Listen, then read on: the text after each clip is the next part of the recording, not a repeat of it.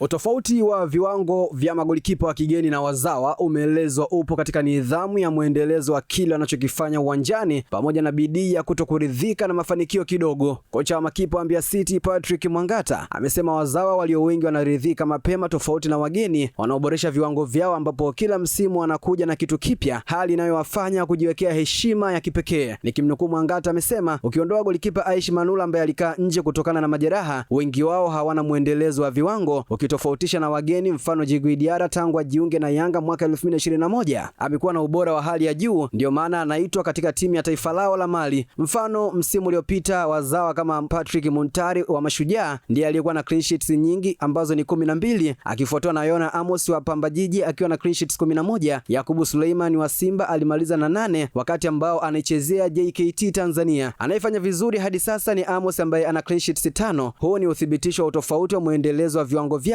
Diarra msimu uliopita alimaliza nafasi ya pili nyuma ya Musa Kamara aliyekuwa na clean sheets 19, huko Diarra akiwa nazo 17 na sasa ni kinara anazo 10. Mwisho kunukuu. Katika hilo golikipa Muntari alikiri kwa kusema namnukuu, "Ni kweli hatuna muendelezo wa viwango kwa sababu tofauti. Ukiondoa Simba na Yanga ambazo zina kipa namba 1 wanaofahamika. Binafsi najiona msimu huu siwezi kuzifikia clean sheets nilizomaliza nazo msimu uliopita. Siwezi kuweka sababu zangu wazi." Mwisho kunukuu. Imeandikwa na Olipa Asa na kusomwa kwako na Hamza Saifu.